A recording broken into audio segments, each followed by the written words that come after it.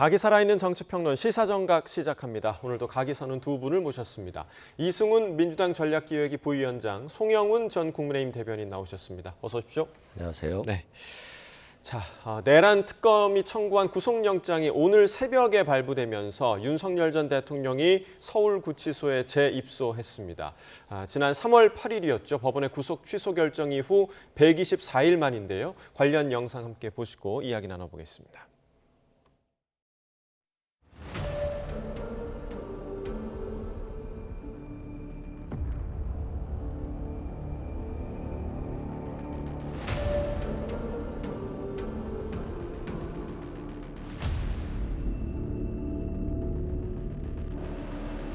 내란 특검팀이 윤석열 전 대통령 체포영장을 청구했습니다. 특검은 끌려다니지 않을 예정입니다.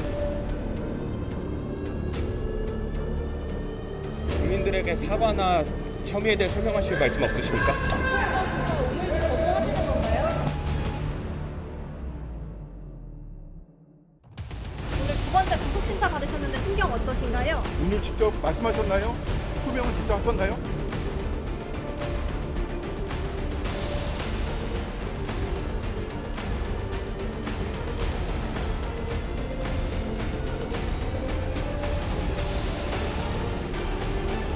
많이 늦었지만 사필 규정입니다. 하루빨리 내란 수계 윤석열과 그 일당들에게 법정 최고형을 내려서 대한민국 헌법과 민주주의 위험을 바로 세워야 합니다. 매우 안타까운 일이 벌어졌습니다. 다만 수사와 재판은 법과 원칙에 따라서 정당하게 또 공정하게 이루어지기를 바랍니다. 구속이 잘 됐다는 것입니다. 그 부분은 제가 답변드릴 부분은 아닌 것 같습니다. 명백한 정치 모범이며 노골적인 야당 탄압입니다. 여당 무죄, 야당 유죄의 이재명식 독재 정치가 본격화되고 있습니다.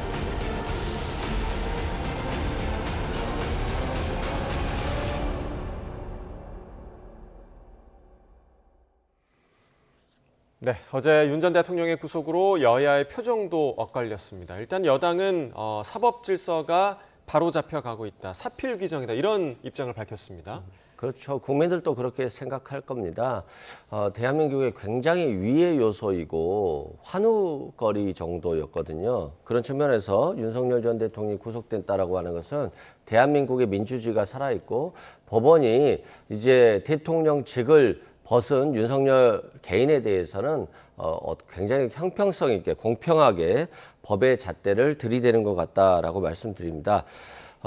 본인이 내란 수괴잖아요. 본인은 밖에 나와서 호의호식하면서 자신 때문에 어쩔 수 없이 내란에 참여했던 부하 수행자들 또 중요 임무 종사자들 다 감옥에 있잖아요.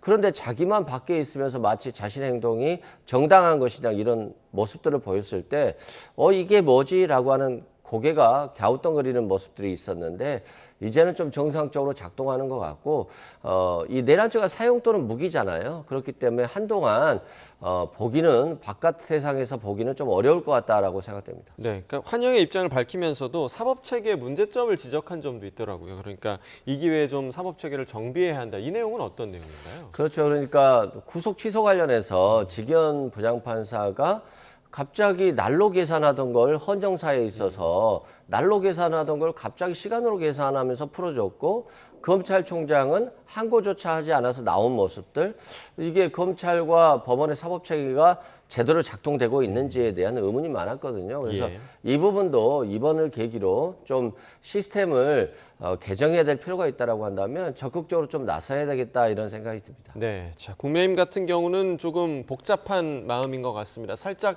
거리를 두는 것 같기도 하고요. 그래도 절차적 문제를 좀 지적한 부분이 있었습니다. 어떤 문제를 지적하는 겁니까? 그런데요, 이 절차적 문제를 짚는 것이 국민의힘의 어떤 전반적인 기류라고 말씀드리기는 어려울 것 같습니다. 오늘 아침에 송원석 비대위원장도 전직 대통령이 또다시 구속 수감되는 불행한 사태에 대해서 국민 여러분께 굉장히 송구하게 생각한다 이렇게 말씀을 드렸고 또 수사와 재판이 법과 원칙에 따라 정당하게 공정하게 이루어지기를 바란다. 이런 원론적인 입장을 내지 않았습니까? 예. 그렇다면 절차적인 문제점을 짚는 것과는 상당히 거리가 있어 보입니다. 또 혁신위 부위원장을 맡은 최영두 의원도 오늘 아침에 한 라디오에서 법원의 결정 수용은 법치주의의 기본이라고 생각한다. 이렇게 얘기를 했거든요. 제가 조금 더 덧붙여서 말씀을 드리면은 사실 이런 윤 전 대통령의 재구속은 헌정사상 초유의 일이고 비록 윤석열 전 대통령이 지금은 국민의힘 당원이 아니라고는 합니다만은 국민의힘이 배출한 대통령이 이렇게 두 번이나 구속되는 국가적으로 불행한 일이 발생하고 또 불명예스러운 상황을 이루고 국민들께 많은 스트레스와 불편과 피해를 드린 것에 대해서 지금도 국민의힘은 한 번 더 국민들께 사과드리고 죄송하다고 말씀드리고 반성해야 되는 상황이다. 그것이 먼저 우선시된 연후에 다른 이야기를 해도 해야 된다라는 말씀을 드리고 싶습니다. 네, 어찌됐든 전직 대통령이 재구속이 됐다는 점은 국가적으로 봤을 때는 아주 큰 비극이 아닐까 그런 생각이 좀 드는데 지금 윤 전 대통령 독방에 수감 중이라고 하고요. 오늘 재판에는 나가지 않았다고 합니다. 지금 날이 너무 덥잖아요. 그런데 전국의 구치소 중에서 에어컨이 설치되어 있는 곳이 없다고 하더라고요. 네, 한 군데도 없고요. 이렇게 과거에 법무부에서 에어컨 설치에 대한 논의가 됐었습니다만 아니 범죄를 저지르고 수감된 사람들에게 에어컨까지 준다? 낭비 아니냐라고 하는 논의가 있어가지고 결국 에어컨 설치가 안 됐고 다만 뭐 의료실, 환자들이 있는 그 방에는 에어컨이 있어요. 아파야지만이 그 방을 갈 수 있기 때문에 윤석열 전 대통령이 뭐 몸이 안 좋다라고 해서 그 방으로 갈 수 있을지는 모르겠고요. 또한 지금 혼거실이거든요. 실은 한 5명 정도 사용할 수 있는 혼거실을 전직 대통령이기 때문에 애우 차원에서 한 분이 독거하게 돼 있어요. 그래서 아마 한 3평 정도, 3.7평 정도 되는 것 같고요. 실제 독거실은 1평도 안 된다라고 해요. 그래서 혼자 눕기도 어려운 상황인데 그나마 요 정도의 최소한의 애우는 박근혜 전 대통령 때도 했던 것이고요. 아마 그런 상황이기 때문에 윤석열 전 대통령이 상당히 좀 불편한 상황에서 구속 수감 생활을 할 것으로 보여집니다. 예, 자 구속과 관련한 법적인 내용을 좀 간단히 좀 짚어보겠습니다. 구속영장 발부 사유가 상당히 좀 간단하더라고요. 그러니까 증거 인멸을 할 염려가 있다. 이 부분 좀 어떻게 보셨습니까? 원래 법원이 구속영장을 발부할 때요. 기각을 하든 발부를 하든 그 사유를 길게 쓰지 않습니다. 원래는 그 정해진 란에 표시를 하는 거거든요. 그러니까 도주의 염려와 증거인멸의 염려 중에서 증거인멸의 염려가 있다는 것을 구속영장 발부 사유로 한 겁니다. 조금 더 깊이 들어가 보면 과거의 전직 대통령들이 구속될 때도 증거인멸의 염려가 주된 이유로 작용했죠. 신분이 확실하고 도망할 염려는 없기 때문입니다. 그런데 그분들은 과거에 실제로 구체적인 증거인멸 행위가 있다고 보기 어려워도 전직 대통령이라고 하는 지위에서 갖는 사실상의 영향력 때문에 증거인멸의 염려가 있다고 봐서 구속됐어요. 그런데 한 걸음 더 나아가서 윤 전 대통령 같은 경우는 특검에서 구체적인 증거인멸의 정황 등을 적극적으로 소명을 했죠. 예를 들면은 강일구 전 대통령 부속실장, 또 그 김성훈 전 대통령 경호처 차장 이런 인물들의 진술이 윤 대통령의 변호인과 공통되는 변호인이 옆에 있을 때 없을 때가 달라졌다. 이런 부분들을 소명을 했고 또 과거에 비상계엄 이후에 허위 공문서가 작성이 되고 그것을 파기되는 과정에 있어서 윤 전 대통령이 개입을 하거나 알고 있었을 것이라는 부분도 적극적으로 소명이 됐습니다. 이런 부분들을 영장 전담 판사가 굉장히 주의 깊게 보고 구속영장 발부까지 이른 것으로 보여집니다. 어떤 게 가장 결정적이었다고 보십니까? 지금 뭐 두 가지 얘기를 해주셨는데 그 증언이 변한 부분, 그러니까 측근들의 증언이 변했던 부분이 좀 가장 강력한 부분이었을까요? 그렇죠. 이제 측근들의 증언이 변했는데 이 변한 게 합리적인 이유가 있느냐예요. 합리적인 이유가 있다라고 한다면 윤석열 전 대통령에게 불리할 필요가 없겠죠. 강호구 비서실장이 사후 계엄 선포문을 만듭니다. 그래서 민정수석이 계엄 선포문이 없네요라고 하니까 만드는데 이 문서에는 윤석열 전 대통령, 한덕수 전 총리 그리고 김영현 전 장관이 서명을 해요.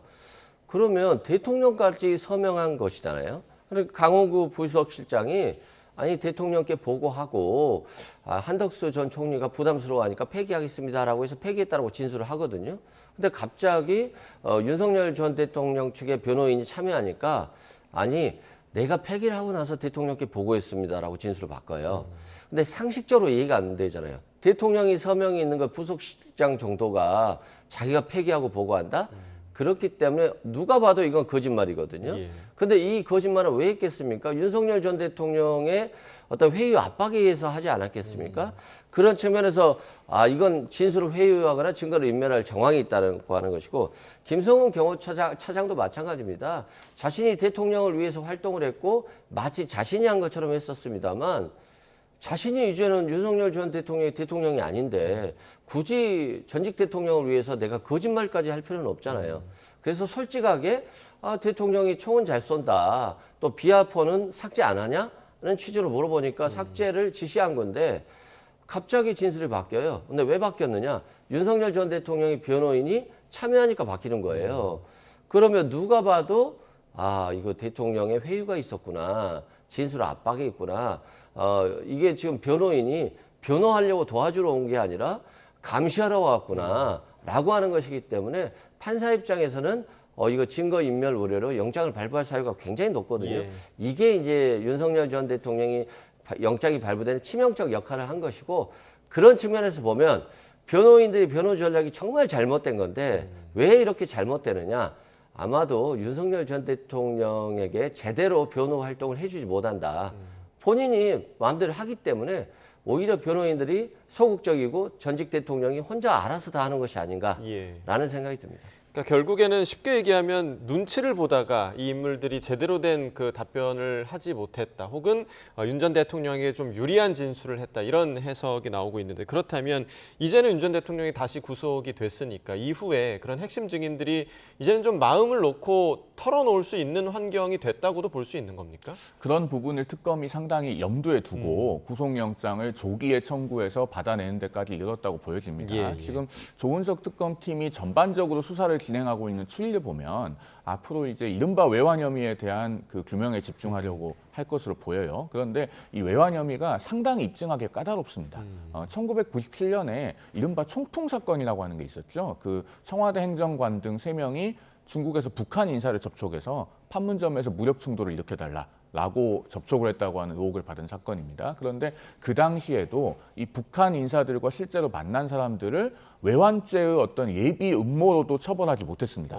그렇게 기소하지 못했고, 다만 국가보안법상의 회합통신으로 처벌했거든요. 그만큼 입증이 까다롭습니다. 그러면은 특검팀에서는 윤 전 대통령이 구속되어 있는 것과 구속되어 있지 않은 상황은 나머지 관련 인물들의 진술 태도에 큰 영향을 미칠 것이라고 보고, 수사 마지막 단계에 가서 구속영장을 청구하는 것이 아니라 초반에 윤 전 대통령의 신병부터 확보해놓고 보자는 그런 구상으로 지금 임하고 있는 것으로 보여지죠. 그러니까 전략적인 그런 특검의 지금 수사 방향으로 지금 분석을 해주셨고, 지금 외환죄를 얘기를 해주셨는데 이 외환죄를 입증해내는 게 상당히 좀 말씀해주신 대로 어렵다고 하더라고요. 그러니까 북한과의 뭐 내통 과정이라든가 이런 부분까지 입증해야 한다라는 부분에 대해서는 좀 어떻게 혐의 입증 가능성에 대해서 어떻게 보십니까? 그러니까 외환 유치는 북한과 통모하였잖아요. 북한의 협조를 받아서 서로 공모해서 이런 외환적인 문제를 발생시켜야 되는 거죠. 그럼 북한을 조사해야 되는 건데 이제 조사가 어렵잖아요. 그럼 북한이 협조한다 할지라도 이 신빙성을 좀 믿기 어렵잖아요. 그런 측면에서 외환유치죄 수사가 좀 어렵고요. 그렇기 때문에 실은 내란 특검인데 내란은 이미 기소돼서 재판받고 있기 때문에 외환유치를 입증하느냐가 특검 성공의 관건이거든요.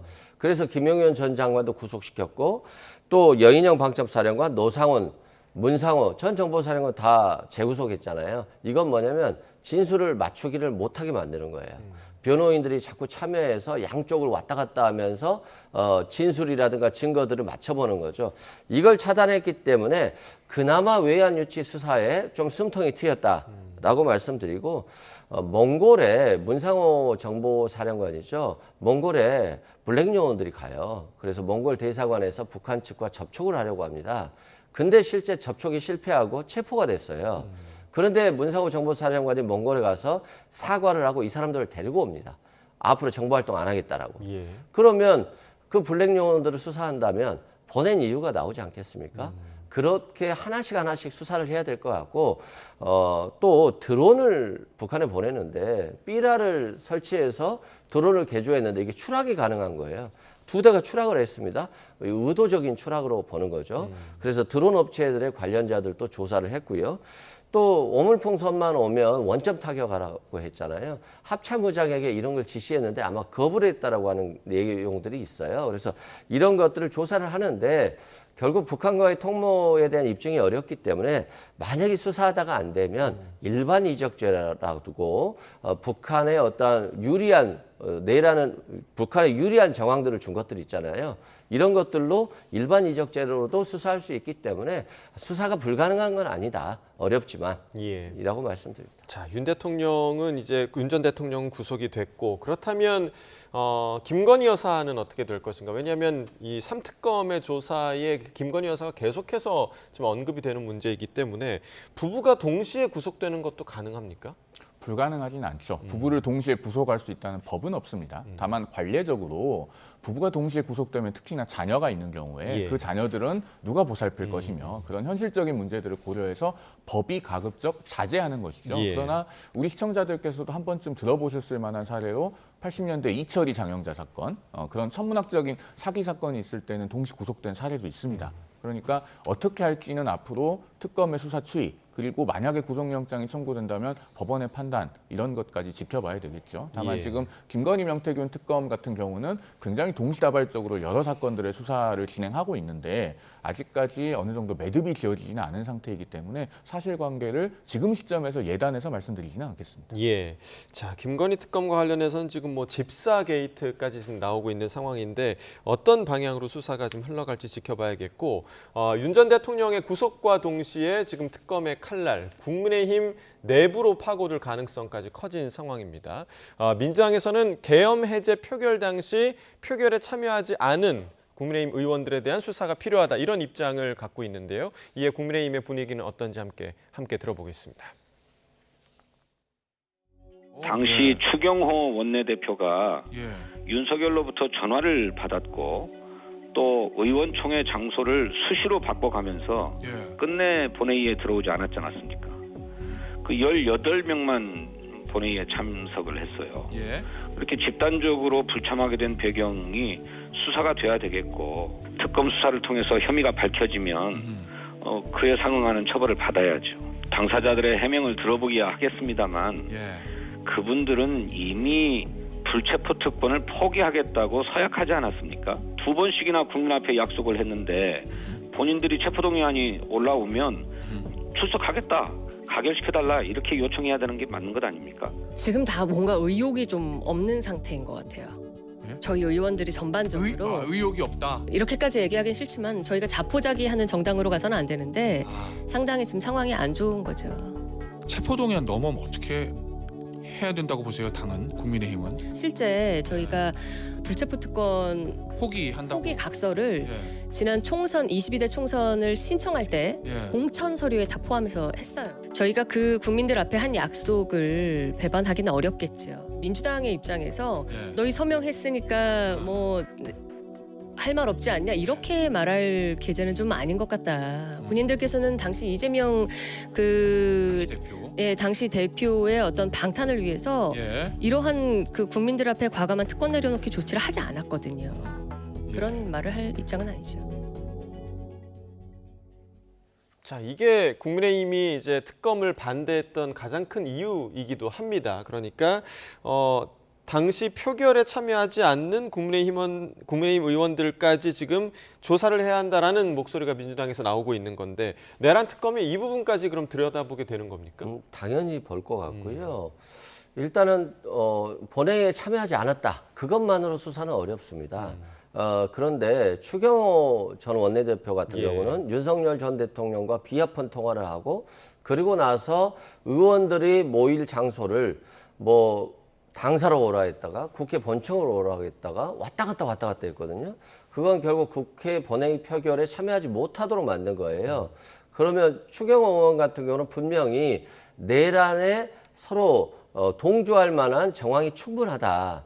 다만 이제 진술이 나와야 되겠습니다만 그리고 추경호 원내대표 혼자만 있었을 건 아니다. 몇 명이 여기에 동조했을 것으로 보이고 나경원 지금 의원이라든가 김문수 전 장관 같은 경우도 비합헌 통화를 했다라고 해요. 그래서 이 과정에 있어서 윤석열 전 대통령이 지시를 받고 움직인 사람들 이게 부하 수행자거든요. 이런 분들이 충분히 있을 것이기 때문에 아마도 국민의힘 의원들 중에 한 10분 정도는 수사를 받아야 하지 않을까 제 예상입니다만 그런 상황이 올 것으로 보여집니다. 그럼 만약에 이런 그 혐의가 실제 있었다고 밝혀진다면 어떤 그런 혐의가 적용이 될 수 있는 겁니까? 글쎄요. 지금 사실관계를 좀 예단하기는 어려울 것 같습니다. 다만 말씀해 주신 것처럼 추경호 전 원내대표 같은 경우는 특검의 조사 대상은 될 것으로 보여요. 왜냐하면은 계엄 당일 밤에 윤 전 대통령과의 통화 기록이 나왔잖아요. 그러면은 특검이 조사를 안 하고 넘어갈 수는 없을 걸로 봅니다. 또 통화 기록이 나온 분이 나경원 의원도 있고 이 두 분 다 국회에서의 계엄 해제 표결에는 참여를 안 했고 또 나경원 의원은 국회를 가다가 되돌아오는 장면이 목격되기도 했잖아요. 이런 점에서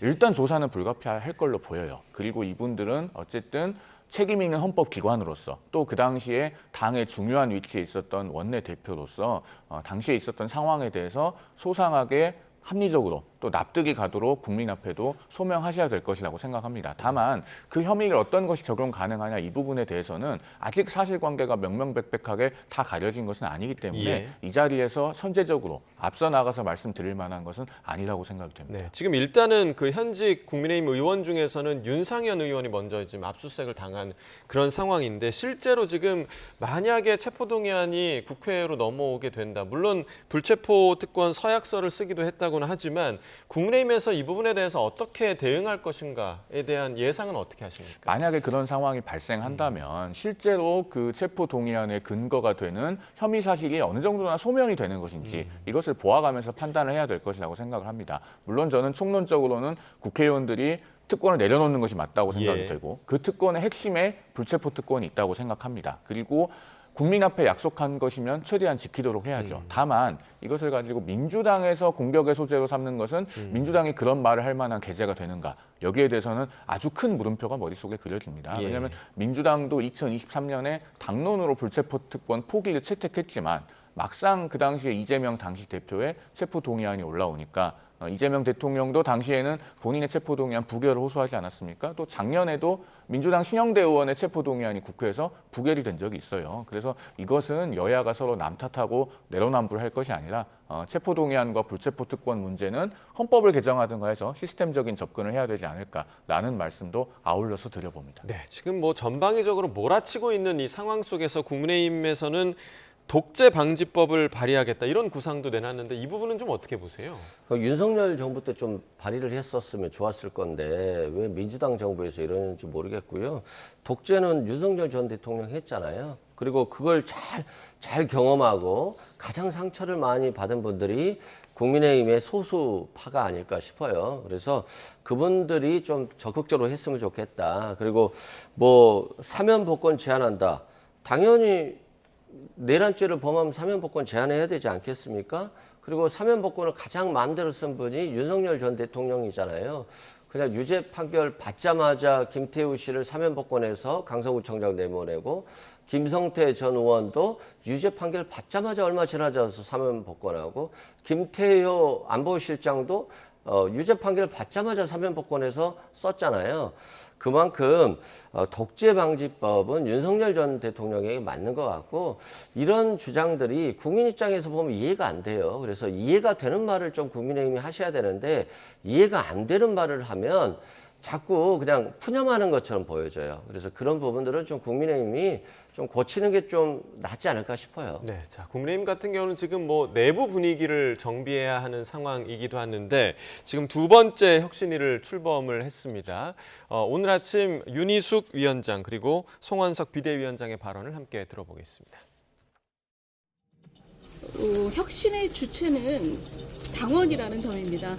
그러니까 혁신의 대상이나 범위 뭐 이런 것들을 정하는 것은 당원이어야 되고요. 그 당원이 의사를 표출할 수 있는 그 기반을 저희가 마련하는 것이 혁신위원회의 사명이라고 저는 생각합니다. 지금 우리에게 필요한 혁신은 누구를 배제하자는 정치가 아니라 당의 의사결정 구조와 문화, 당원과 국민을 대하는 태도까지 근본으로 돌아가 다시 세우자는 일입니다.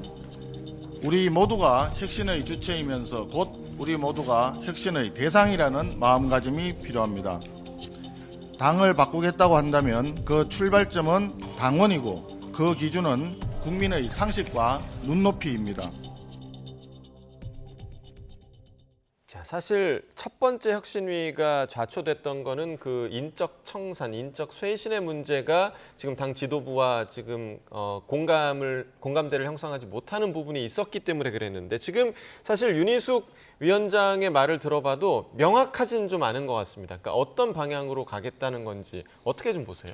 윤희숙 신임 혁신위원장의 코멘트 중에서 특정인들에게 칼을 휘두를 권한은 우리 당원은 어떤 개인에게도 준 적이 없다라고 하는 표현이 있어요. 그래서 그 표현 때문에 윤희숙 혁신위원장의 진위가 무엇인지에 대해서 여러 가지 해석들이 나오고 있는 실정입니다. 그런데 우리가 혁신이라는 것을 왜 하죠? 정당이 추구해온 노선이나 방향 그리고 현재 상태가 민심과 상당히 멀어졌을 때 그것을 가까이 최대한 접근하고 회복하기 위해서 환골탈퇴하려는 몸부림이 바로 혁신입니다. 그러면요, 내부 구성원들의 눈높이대로 우리가 좋자고 하는 것이 혁신이 아니고 국민들 보시기에 좋아야지 그게 혁신인 거예요. 그러면은 국민들께서 그동안에 너희는 민심과 사뭇 반대되는 길을 걸어왔다. 그러면은 그런 길을 주도해온 사람들은 뒤로 물러나야 되지 않겠느냐라고 생각하고 계신다면은 그 뜻에 따르는 것이 인적 쇄신이고 혁신의 핵심입니다. 즉 국민들께서 출제하신 문제가 엄연히 있는데 그 문제에 대해서는 자꾸 답을 비워놓고 스스로 문제를 만들어서 밑에 쓰고 거기에 답을 달려고 하면요, 국민들께서 그런 문제와 답은 채점해 주시지 않을 거라고 저는 생각합니다. 지금 국민의힘 구성원 모두가 이 부분에 대해서는 굉장히 엄중하게 여겨야 될 거라는 말씀을 드립니다. 그러니까 저희가 불과 며칠 안에 이제 두 혁신위원장의 이야기를 전하는 그런 유감스러운 상황이 되긴 했는데 오늘 그 윤희숙 위원장의 발언 좀 어떻게 들으셨나요? 무슨 말인지 솔직히 잘 모르겠어요. 혁신을 하겠다는 건지 안 하겠다는 건지, 혁신위원장으로서 자신이 하겠다는 건지 아니면 당원 의사를 물어보겠다는 건지 좀 헷갈리다. 그런 측면에서는 혁신에 대한 의지는 좀 작은 것 같다라고 말씀드리고, 지금 이 문맥 그대로만 보면, 아니 만약에 권영세, 권성동 의원 같은 분들이 후보자를 마음대로 교체하고 잘못된 행동이 되면 원래는 그 윤리위가 심의를 하고 최고위가 결정을 해야 되는 거잖아요. 그런데 당원이 주체고 당원이 대상을 정할 수 있다? 그러면 당원 투표해야 되는 거잖아요. 그러면 당원 투표법을 개정해서 이런 징계를 당원에게 물어보겠다라고 하는 요건을 만들어야 되는 거예요. 그래서 상식적으로 굉장히 이해되기 어려운 것이다. 그리고 체포 저지 집회에 참여한 국회의원들 다 잘못했잖아요. 윤석열 전 대통령이 내란죄를 범했는데 체포를 저지한다, 공무집행을 방해한다, 위법적인 상태면 다 징계를 해야 되는데 이것도 당원들한테 물어봐야 되는 것이잖아요. 그러면 본인들은 이 정도 수준도 처리할 수 없어서 당원들에게 전당원 투표를 해야 된다? 황당한 주장이거든요. 그래서 윤희숙 의원이 그래도 과거에는 굉장히 쓴소리를 했던 분인데 너무 조심해서 혁신의 의지마저도 잘 비춰지지 않는 부분에 있어서 혁신위가 실패할 가능성이 매우 높겠다라고 생각됩니다. 자, 너무 조심했다 이렇게 평가를 해주셨는데 지금 혁신위가 전당대회와 지금 기간이 굉장히 좀 짧지 않습니까? 그러니까 그런 부분 때문에 좀 우려하는 목소리도 있는데 지금 전당대회와 관련해서는 일각에서는 장동혁 의원의 출마설도 돌고 있는데요. 오늘 한 인터뷰에 나와서 이런 이야기를 했습니다. 들어보겠습니다. 야당과 제대로 싸워서 내년에 지방선거에서 이기는 것이 쇄신인데 그러면 107명이 전사로 바뀌어야 됩니다. 107명이 당론을 따르지 못하거나 아니면 내부 총질을 계속하거나 아니면 하나 되지 못하는 분들에 대해서는 저는 과감한 청산이 필요하다고 생각합니다. 의도적으로 반복적으로 내는 것은 그것은 내부 총소리죠. 초재선 의원님이나 젊은 의원님들 그리고 여러 의원님들께서 당대표 출마를 권유하는 분들도 많이 있습니다. 중요한 것은 뭐 언제가 좋냐 이런 문제가 아니라 지금 당이 필요로 하는 시기인가, 내가 역할을 해야 될 때인가. 자, 지금 장동혁 의원도 말하는 중에 청산 얘기를 했습니다. 인적 청산 얘기를 했는데 그게 우리가 지금까지 했던 그 청산의 대상과는 조금 다른 대상을 얘기하는 것 같거든요. 전혀 반대되는 말씀을 하고 계신 거죠. 그런데 장동혁 의원이 지난 계엄 이후에 탄핵 정국에서 어떤 말을 했는지 되돌아보면 3월 1일에 여의도에서 있었던 탄핵 반대 집회에서 이번 계엄에도 하나님의 계획이 있다.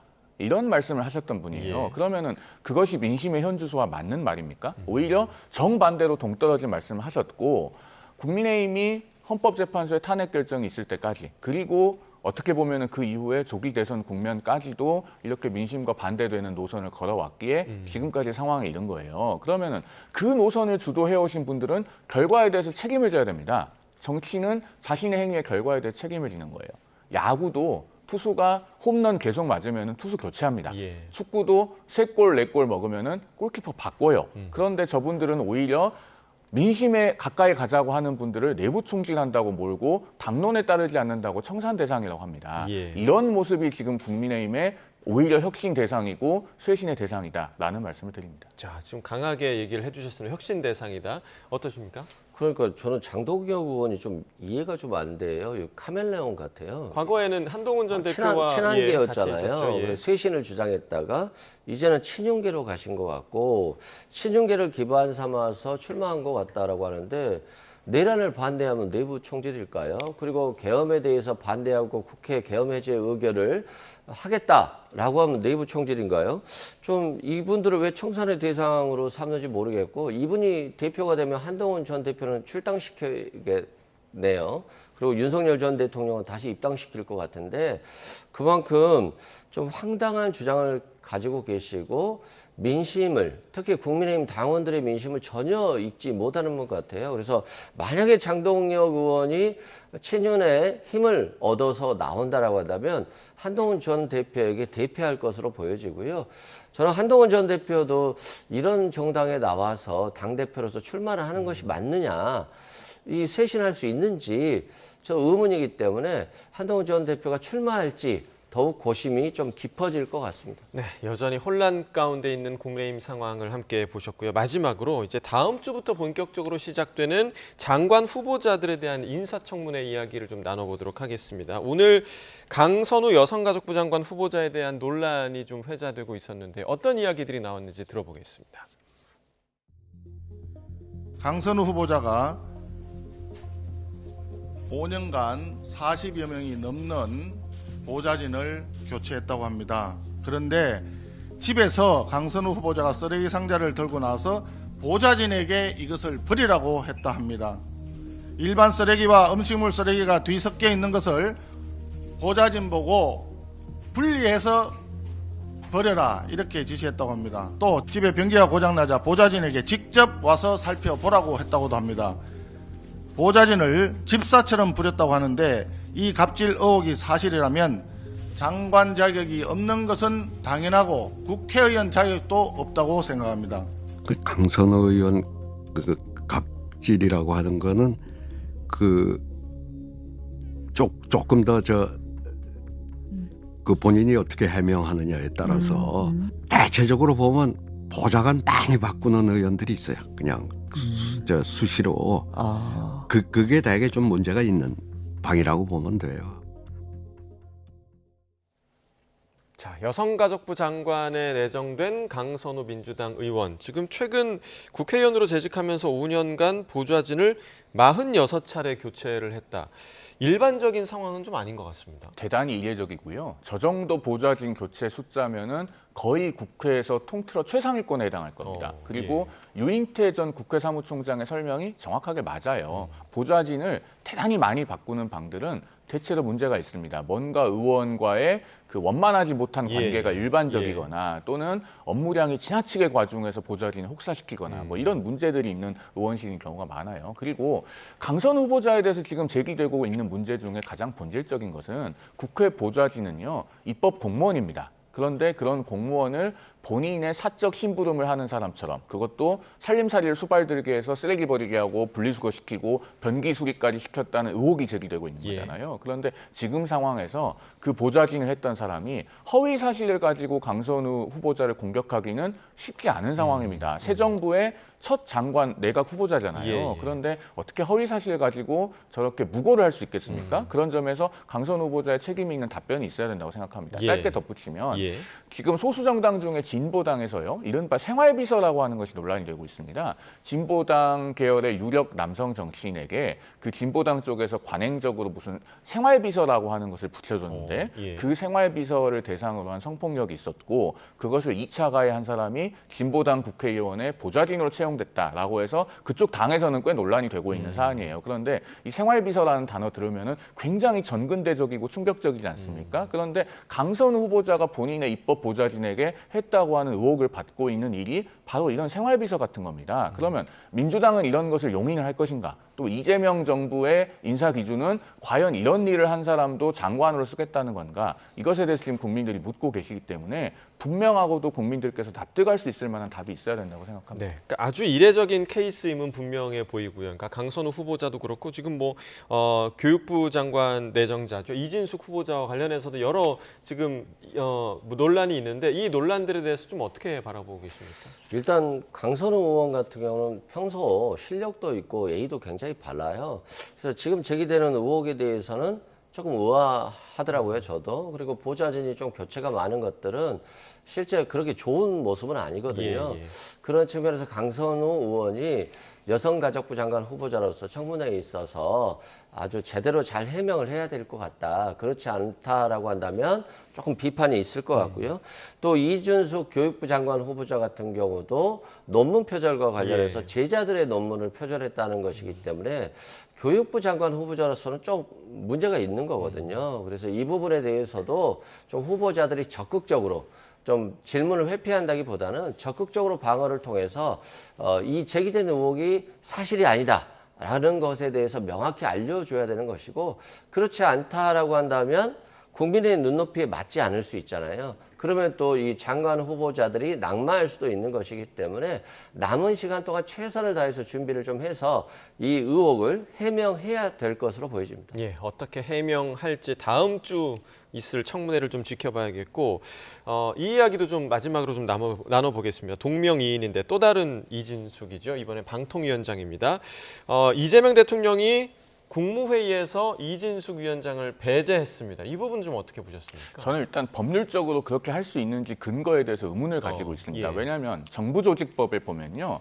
법률이 정한 공무원은 국무회의에 출석해서 발언할 수 있다는 근거 조항이 있어요. 그리고 방송통신위원회법 6조에 가면 위원장은 필요하면은 국무회의에 출석해서 의견을 개진할 수 있다는 조항이 있습니다. 즉 방통위원장은 국무위원은 아니지만 그리고 행정각부의 장은 아니지만 국무회의에 출석해서 발언할 수 있는 권한이 법률로 보장되어 있어요. 그러면은 대통령이 국무회의의 의장이라고 해도 법률보다 하위에 있는 대통령령인 국무회의 운영 규정을 근거로 해서 이진숙 방통위원장의 국무회의 출석을 막을 수는 없습니다. 이것은 대통령실에서 굉장히 심각하게 법률 검토를 다시 해보고 정확하게 따져볼 문제다라는 말씀을 드리고요. 덧붙이자면 정무적으로도 지금 방통위원장을 국무회의에 들어오지 않도록 하는 것이 바람직해 보이지 않습니다. 이재명 정부가 초반에 내걸었던 통합의 차원에서도 그렇고 그다음에 방송 3법이 지금 과방위를 통과하지 않았습니까? 국회 본회의를 거쳐서 올라오면은 국무회의의 심의 대상이 될 거예요. 그럴 때 방통위원장을 나오지조차 못하게 해서 의견 표명조차 할 기회를 주지 않으면 그걸 국민들께서 아마 이해하시기는 어려우실 거라고 생각이 됩니다. 예, 그러니까 국무회의에서 대통령과 방통위원장의 이른바 약간 공방의 그 내용이 좀 드러나기도 했고요. 그리고 이러한 행동들이 뭐 SNS에 자신의 의견을 올리기도 하고 이런 것들이 다 정치적 목적이다 이런 해석도 나오고 있더라고요. 지방선거를 목표로 한다고요. 그렇죠. 뭐 국무위원이 나라를 위해서 일을 해야 되는 것인데 대통령과 계속 싸워요. 근데 싸운데 이게 정책이라든가 방향에 대해서 싸워야 될 거 아니에요. 근데 그냥 시시콜콜 싸워요. 이분은 좀 이상한 분이잖아요. 특히 전에 대구시장에 출마한 적이 있었습니다. 근데 현재도 대구시장에 대한 출마 의지가 있는 것으로 저는 듣고 있는데요. 아니 대통령이 방통위 이런 독립성, 방통위원회의 독립성을 위해서 방송의 독립성을 위해서 방통위법 개정안들이 올라와 있기 때문에 의견을 개진하십시오. 라고 했죠. 당연히 관련 부처니까 의견을 개진해야 되지 않겠어요? 근데 나와서 아니 대통령이 나에게 지시했다. 방통위법 개정안 내라고. 이게 상식적으로 좀 이해가 안 되고 공무원이 정책 중립성을 위반해서 방통위원장의 자리를 마치 국무위원회에 나가서 대통령과 싸우면서 자신이 보수의 여전사인 것처럼 보여주는 모습들을 보이고 있단 말입니다. 그래서 이건 심각한 문제가 있는 거예요. 그래서 이분들에 대해서는 참여를 배제하는 것이 맞는 것 같고 본인이 개과천선해서 다시 정치적으로 이용하지 않겠다라고 한다면 또 올 수 있지 않겠습니까?